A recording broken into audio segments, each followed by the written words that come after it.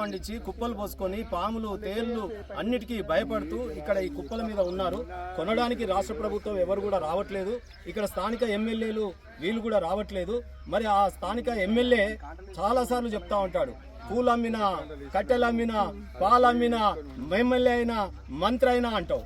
మరి ఈరోజు పంటలు పండించిర్రు, మరి పుట్లు ఈడ పోసుకున్నారు, వాటి కుప్పల మీద కావాలన్నారు. ప్రభుత్వం ఏమో కొంటలేదు. మరి వీళ్ళందరూ ఎప్పుడు కావాలి సారు?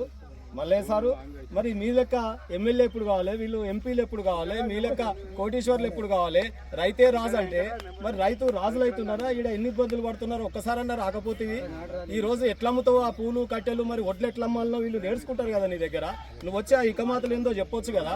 ఇవాళ కాంటలు లేకపోతే ఇవాళ వైఎస్ఆర్ గారు వచ్చి ఈడ కాంటలు ఇవ్వబట్టే, ప్రభుత్వం ఏమో లైట్లు వేసిన నీళ్లు తాగే నీళ్ళు ఇచ్చి కూడా పైసలు వసూలు చేయబట్టే.